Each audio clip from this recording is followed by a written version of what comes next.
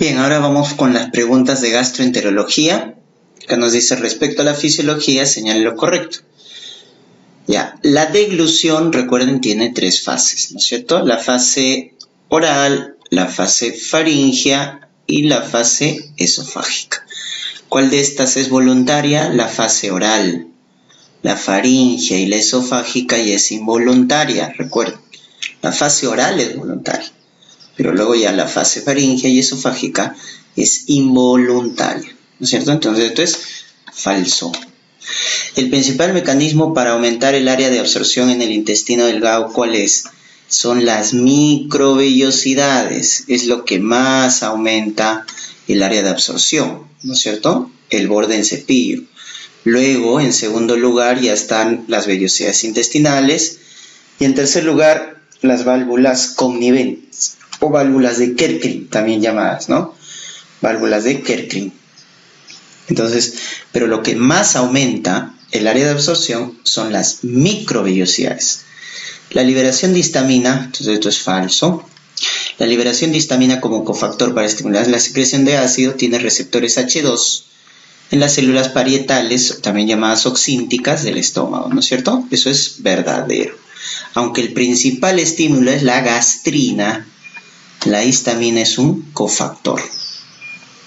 La absorción de la glucosa en el intestino se da a través del cotransportador CGLT2, sí, que transporta glucosa más sodio, ¿no? Así se absorbe la glucosa en el intestino, junto con sodio.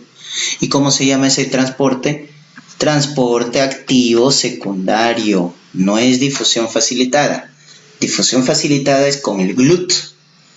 Cuando es con el CGLT1 en el intestino, en el riñón, recuerden, tenemos el CGLT2, es transporte activo secundario, ¿no? Porque es unido a sodio. Entonces esto es falso. Muy bien, los acinos pancreáticos producen de forma activada, tripsina, principal enzima proteolítica. Falso. Lo que se produce es el tripsinógeno. ¿Ya? Tripsinógeno. Luego, ya en el intestino, por la llamada enteroquinasa, ¿ya? Se activa tripsina. Entonces, lo que produce el páncreas son proenzimas, enzimas inactivas. Recién en el intestino delgado, recuerden, se activa. La enzima encargada de aumentar la secreción pancreatobiliar de bicarbonato, ¿quién es la que aumenta la secreción de bicarbonato? Tanto en la bilis como en el jugo pancreático, la secretina, ¿correcto? La gastrina es la que aumenta más la secreción de ácido clorhídrico en el estómago, ¿ya? El GLP es una hormona que aumenta la secreción de insulina, ¿no? Es una hormona gastrointestinal que aumenta la secreción de insulina, ¿no? Son llamadas las incretinas. La motilina aumenta, como se dice, el peristaltismo, la motilidad, ¿no? La motilina. ¿Cuándo? Cuando estamos en ayunas, entre las comidas, ¿no? Y la colecistoquinina aumenta la secreción de enzimas pancreáticas. Y también aumenta la secreción de bilis, ya que va a relajar el esfínter de Oddi y contrae la vesícula biliar. ¿Quién relaja el esfínter de Oddi y contrae la vesícula biliar? La colecistoquinina. Y aumenta la secreción de enzimas pancreáticas. Paciente que acude por dolor torácico asociado a regurgitación y pirosis, el ardor retroesternal. ¿De qué estamos hablando? De la enfermedad de reflujo gastroesofágico, ¿no? Recuerden que la clínica cardinal es pirosis. La regurgitación es el más específico, la pirosis el más frecuente, el más sensible. Entonces, ¿qué hacemos con un paciente con reflujo? Señale lo correcto, dice, la disfagia es un síntoma de alarma, sí. ¿Por qué? Porque indica que ya se ha producido una complicación. ¿Qué complicación? Estenosis péptica. Por eso ya tiene disfagia. Cuando tiene odinofagia, indica esofagitis. Cuando tiene baja de peso, indica o debemos descartar esófago de Barrett, la metaplasia, ¿no? Ya está, entonces la A es correcto. ¿La manometría es el estudio de elección? No, la manometría es para los problemas motores. Lo que debemos indicar para confirmar reflujo, recuerden, es pH-metría de 24 horas. Es el que confirma el reflujo ácido. Si me dicen reflujo alcalino, impedanciometría. Impedanciometría para reflujo alcalino y pH-metría para reflujo ácido. La principal causa de reflujo es la hernia hiatal tipo 1. Claro, la hernia hiatal tipo 1, también llamada por deslizamiento, se asocia a reflujo, pero no es la causa principal. La causa principal de reflujo es la incompetencia del esfínter esofágico inferior. Incompetencia del esfínter esofágico. La hernia es un factor anatómico asociado, pero no es la causa principal. El curso crónico produce una lesión premaligna llamada esófago de Barrett, que va a producir un carcinoma epidermoide. No, el esófago de Barrett lo que produce es un adenocarcinoma, recuerden, del tercio inferior del esófago. No es carcinoma epidermoide. El que produce carcinoma epidermoide del esófago, sobre todo en el tercio medio, es el tabaco, el alcohol. Pero el esófago de Barrett lo que produce es el adenocarcinoma. La vigilancia endoscópica se hace de 3 a 6 meses en caso de encontrar esófago de Barrett. No. Si nosotros en endoscopía, recuerden, más la biopsia, confirmamos la presencia de esófago de Barrett, que es la metaplasia, ¿de qué va a depender su manejo? De si hay o no displasia, no tanto de si hay o no esófago de Barrett. Entonces te pueden decir, no hay displasia, o la displasia es de bajo grado, o la displasia es de alto grado. Tenemos esos 3 escenarios. O sea, es un esófago de Barrett, pero en la cual no hay displasia, o es de bajo grado, o es de alto grado. Si no hay displasia, lo que hay que hacer es vigilancia endoscópica, cada 3 a 5 años. Si la displasia es de bajo grado, la vigilancia endoscópica es cada 6 a 12 meses. Y si es de alto grado, hay que operar.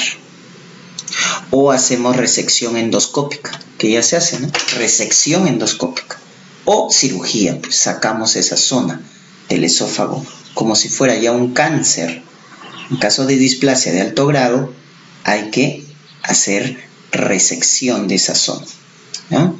Entonces, no depende tanto del esófago de Barrett, sino de la presencia o ausencia de displasia, el manejo del esófago de Barrett, ¿no? Muy bien. Fármaco que no empeora el cuadro de enfermedad por reflujo gastroesofágico. Hemos dicho, ¿por qué se produce la enfermedad de reflujo? Por la incompetencia del esfínter esofágico inferior. Es decir, el esfínter está relajado. Entonces, cuando el esfínter se relaja, hay más reflujo.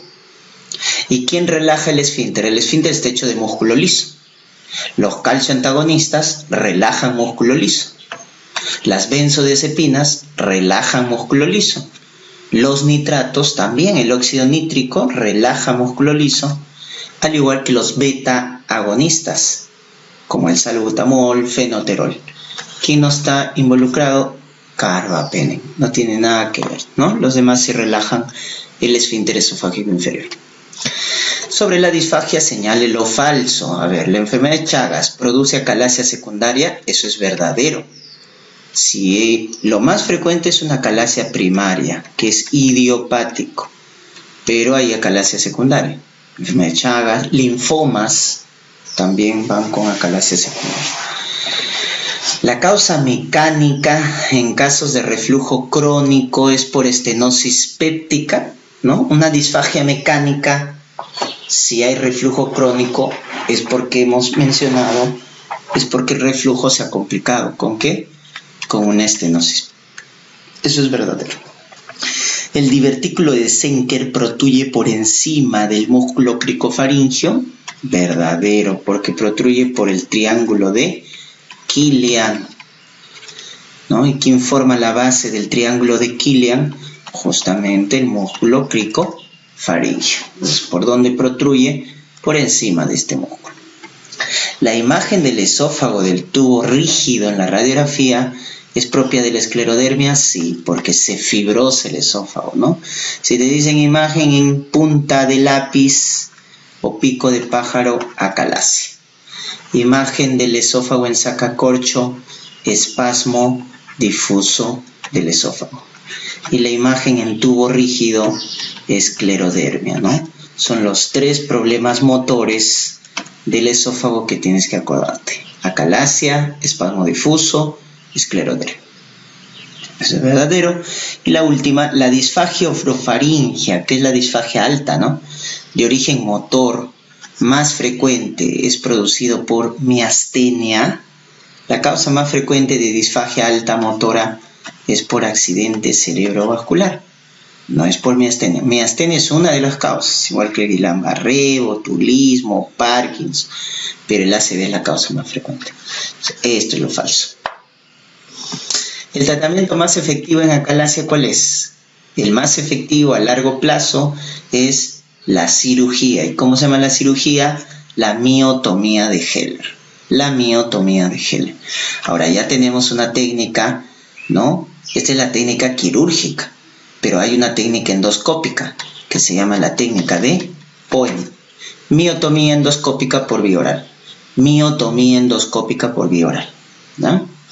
Nifedipina es el manejo médico de la acalasia porque relaja el esfínter esofágico. Recuerden que en la acalasia tenemos esto, ¿no? El esfínter esofágico inferior está muy contraído, está muy hipertónico y eso va a producir pues la disfagia, la regurgitación. Entonces se da nifedipino para relajar el esfínter. Puede hacerse también dilatación endoscópica, colocación de toxina botulínica también, ¿no? La miotomía longitudinal se hace en el espasmo difuso del esófago, ¿ya? En el espasmo difuso del esófago. Y la funduplicatura de Nissen, que es una funduplicatura total, se hace en la enfermedad de reflujo gastroesofágico, ¿no? En la técnica quirúrgica de la enfermedad de reflujo. Un paciente que presenta deposiciones de baja consistencia, de 8 semanas de duración, voluminosa, con un gabo osmolar en heces bajo, ¿no? Recuerden que si la deposición es de baja consistencia, está aumentada de frecuencia, está aumentada de volumen, estamos hablando de una diarrea, ¿no? Diarrea, cuyo criterio cardinal es disminución de la consistencia. Si dura menos de 2 semanas, aguda. Si dura entre 2 semanas y 30 días, subaguda. Y si dura más de 30 días, crónica. 8 semanas, crónica, ¿no? Crónica. ¿Y cómo está el gap osmolar en heces? ¿Cómo se calcula el gap osmolar en heces? El gap osmolar en heces, doctores, se calcula como la osmolaridad en el plasma menos la osmolaridad en las heces. ¿Y de qué depende la osmolaridad? Recuerden, sodio, pues electrolito, ¿no? Sodio, potasio, etc. Entonces, en este caso, cuando calculamos la osmolaridad en heces, si hablamos de una diarrea, por ejemplo, osmótica, ¿no? La que es pura agua, entonces, ¿cómo está? La osmolaridad plasmática es constante, eso no varía. Lo que va a valer es la osmolaridad en heces. Entonces, cuando es una diarrea osmótica, ¿de qué está hecha la diarrea? De agua, y no hay electrolitos. Entonces, ¿cómo es la osmolaridad en heces? Bajo. Entonces, si tú a un número constante le restas un número bajo, ¿cómo sale el gap osmolar? Alto, ¿no es cierto? Entonces, ¿en quién el gap osmolar es alto? En la diarrea osmótica. Pero si tú hablas de una diarrea secretora, en la diarrea secretora sí se pierde en heces bastante sodio, bastante potasio, bastantes electrolitos. Entonces la osmolaridad en heces, en la diarrea secretora, es alta. Entonces si tú a un número constante le restas un número alto, ¿cómo va a salir la diferencia? Bajo. Entonces, ¿en quién el gap osmolar en heces es bajo? En la diarrea secretora. Esa es la respuesta. Porque acá te dicen gap osmolar bajo, menos de 50 miliosmol por litro. En cambio, si es alto, más de 150, es osmótica, al igual que en la mala absortiva, ¿no es cierto? El gap es alto.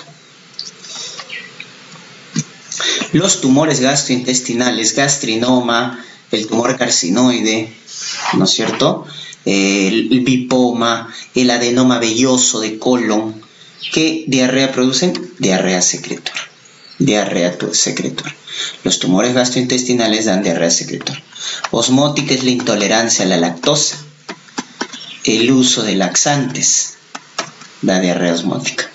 Malabsortiva, la insuficiencia pancreática, ¿no? Cuando hay problemas del páncreas, la enfermedad celíaca, de parásitos giardia, genera diarrea malabsortiva.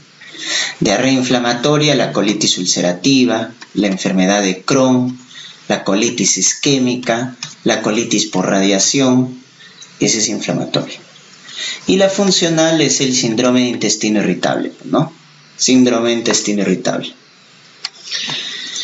Respecto a la colitis pseudomembranosa, señale lo correcto. ¿El antecedente de consumo de carnes es un factor de riesgo? No. El antecedente de uso de antibióticos de amplio espectro.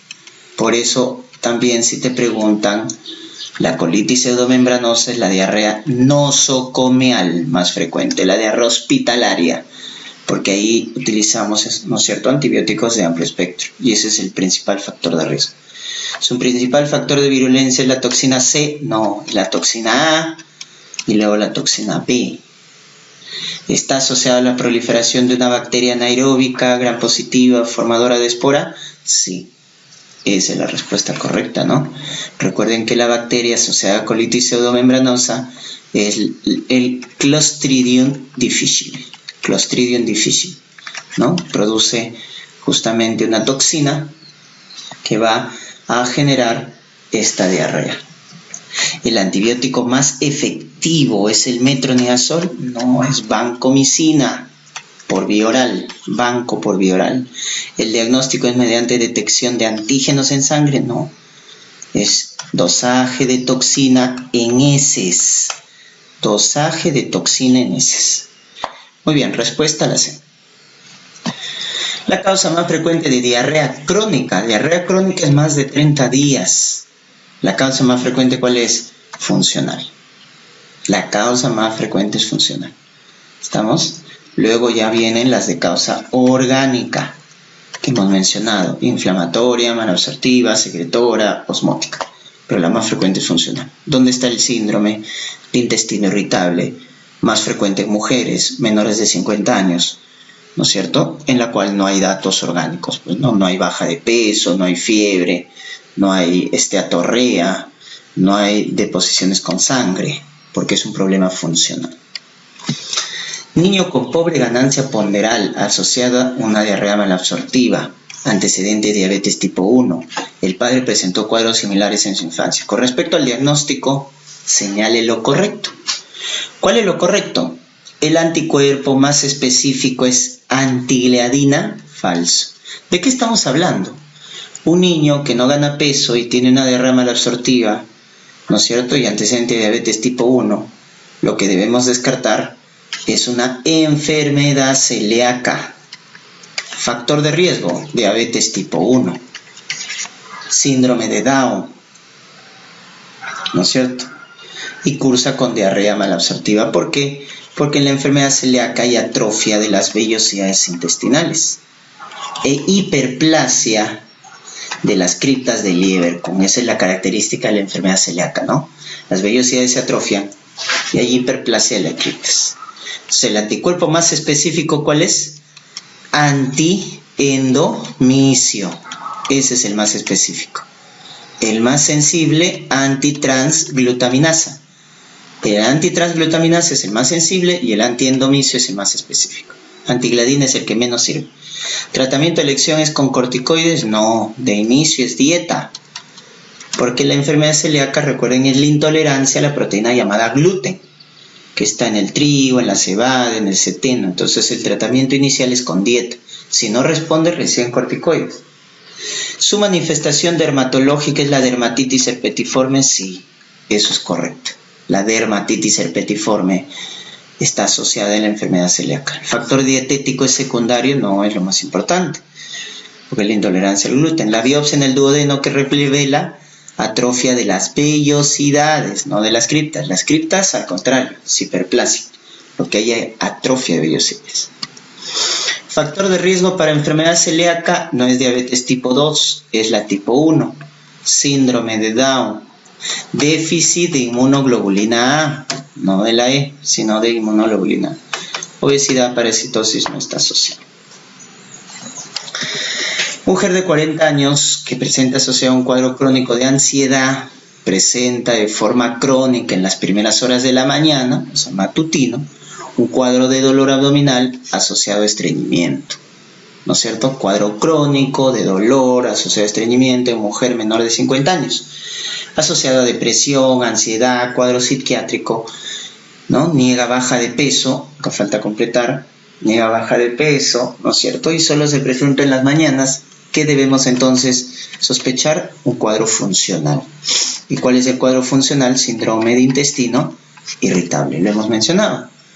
Justamente el criterio es que se presenta de forma matutina en mujeres menores de 50 años, asociado a cuadro psiquiátrico, dolor abdominal, con cambios en la frecuencia de las deposiciones. Puede alternar estreñimiento, puede alternar con diarrea, y el dolor mejora con la deposición. Ese es un dato importante, ¿eh? Cuando te dicen que el dolor abdominal mejora con la deposición, piensa en síndrome de intestino irritable.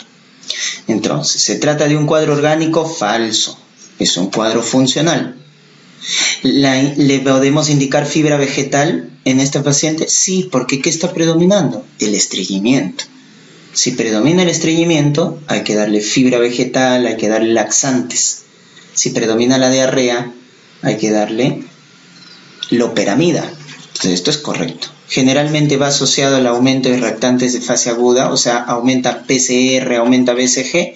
Falso, porque este es un cuadro funcional, no hay cuadro orgánico. Acá no hay fiebre, acá no hay baja de peso, no hay esteatorrea, no hay deposiciones con sangre, etc.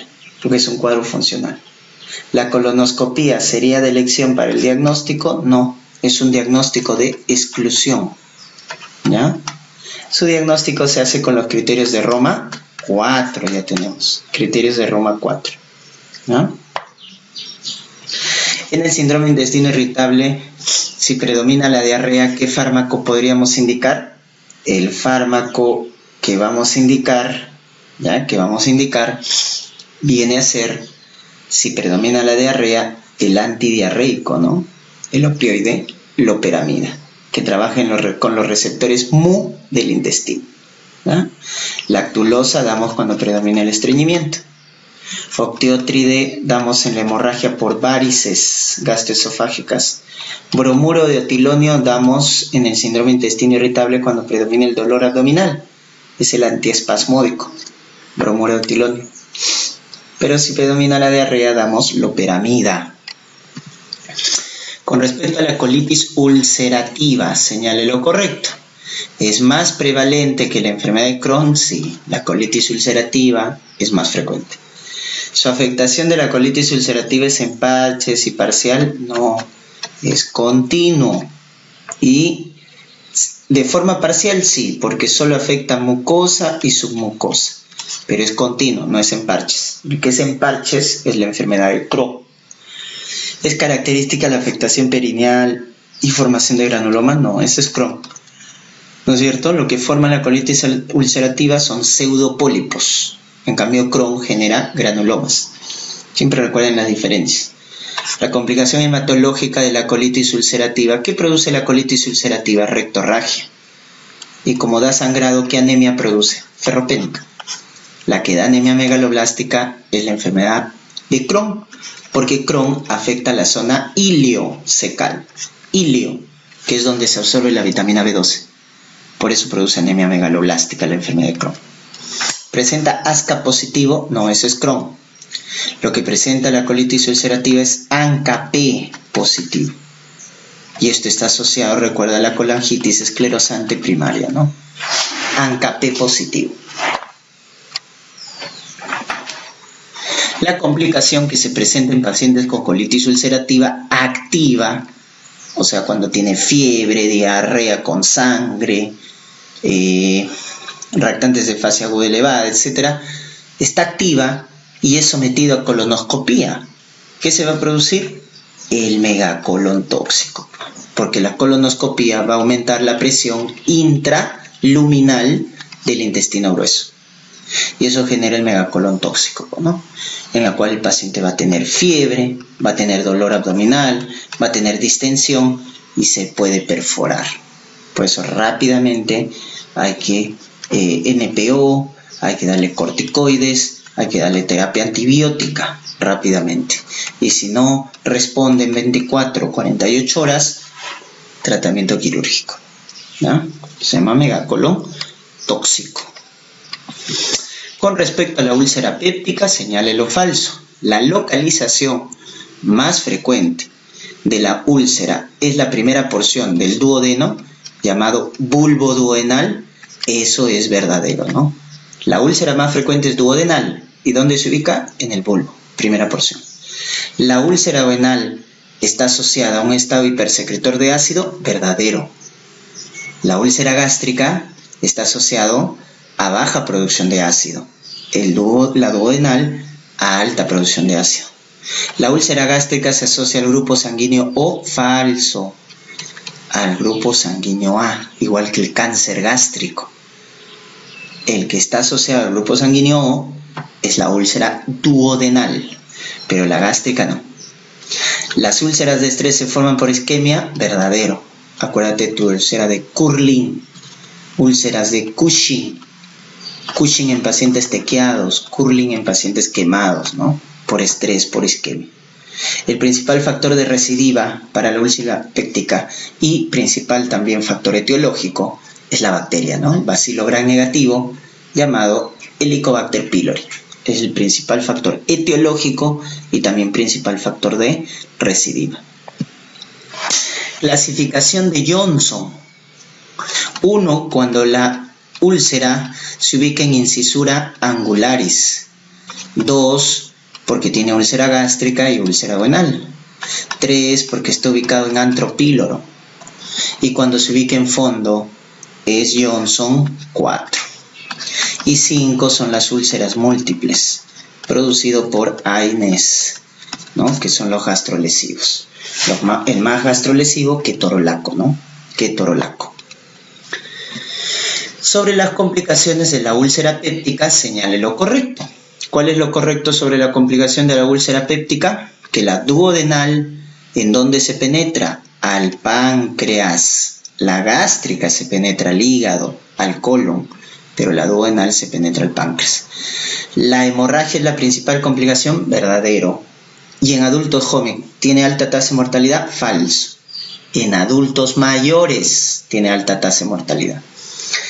La presencia de un abdomen agudo con signos peritoneales en un paciente con antecedente de úlcera nos debe hacer sospechar de un adenocarcinoma, no, de una perforación, se ha perforado, ¿no? Ahí queda entonces signos peritoneales. La obstrucción se trata generalmente por cirugía, no, dilatación endoscópica. La mayoría resuelve con dilatación endoscópica. Ya si esta fracasa, recién hay que operar. La radiografía simple de abdomen confirma la perforación. Eso es correcto. ¿Por qué? Porque nos va a dar este dato, ¿no? El neumoperitoneo. Entonces, si hay neumoperitoneo es porque se ha perforado la úlcera, ¿no? ¿Cuál es la complicación que cursa con el signo clínico denominado signo de Jover? Jover es la desaparición de la matidez hepática. ¿Y por qué? Por un neumoperitoneo. ¿Y quién de estos produce el neumoperitoneo? La perforación, que habíamos mencionado, da un abdomen agudo con signos peritoneales y que se confirma con radiografía simple de abdomen.